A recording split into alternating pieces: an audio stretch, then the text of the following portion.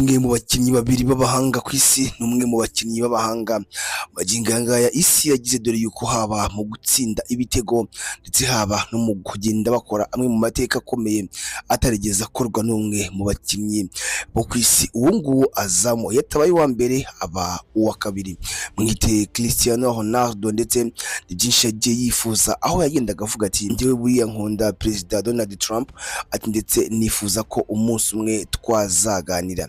Rero ni ku munsi w'ejo, cyangwa se aho ejo yari yitezwe kugira ngo ajye muri White House kuganira na Perezida Donald Trump, ndetse bikaza kurangira mu rukerera rwa hano iwacu mu Rwanda, ubwo uyu mugabo yasesekaraga muri White House maze agafatwa cyangwa se akakirwa nk'umwami.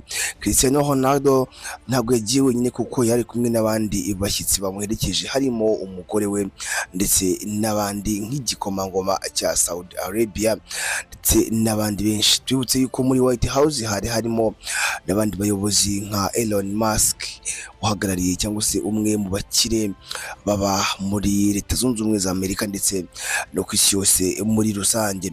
Rero uyu mugabo yakiriwe nk'umwami, ndetse Perezida Donald Trump afata ijambo agenda avuga ati mfite umuhungu wanjye witwa Baron Trump, ati ni umufana ukomeye cyane uyu musore, ati ndetse amukunda by'agahebuzo, ati kandi nanjye wenda uretse ko umuhungu wanjye amukunda, ati nanjye ubusanzwe nkunda umupira ndetse ndawukurikirana umunsi ku munsi, ati ndetse kandi nanjye ndi umufana ukomeye wa Cristiano Ronaldo. Aya magambo yagiye akomeza gutuma benshi bazamura amarangamutima, bavuga bati uyu mugabo nta kintu na kimwe atazakora, ati by'umwihariko kuba ageze muri iyi nzu ifatwa nk'inzu ya mbere, cyangwa se ifatwa nk'inzu ya perezida wa mbere ukomeye ku isi, ati byose azabigeraho. Ku myaka 41 uyu mugabo aracyaconga ruhago, ndetse nta nubwo ateze kuzahirika nk'uko agenda bitangaza. Abandi bakavuga bati ni irihe banga uyu mugabo akoresha kugira ngo akomeze yitware nk'uko yitwara. Hari abatangiye gushyiraho commentaire bati Lionel Messi nta munsi n'umwe nibwo akina muri Amerika aratumirwa na Perezida Donald Trump, ati biragaragara yuko byanga bikunda Cristiano Ronaldo afite ibigwi cyangwa se akunzwe kuruta Lionel Messi. Ngira ngo twibutse yuko iyo hagize akantu gato gatangazwa cyangwa se kaba kuri umwe na mugenzi we, bahita bamuzana gutyo, ntago yacika cyangwa se nta hantu yajya.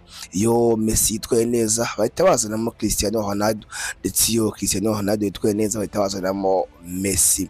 Iyi ngiyi ni YouTube channel yacu, kandi yitwa Tahatibu Wadi, mu gace twita Tahatibu Update, aho tukugeza amakuru abagiye acicikana muri showbiz by'umwihariko no muri sport. Genda udukurikira ku mbuga nkoranyambaga zacu zitwa Tahatibu TV, Instagram, TikTok ndetse na Facebook zitwa Tahatibu TV. Njyewe nitwa N Yusufu, turi muri comment.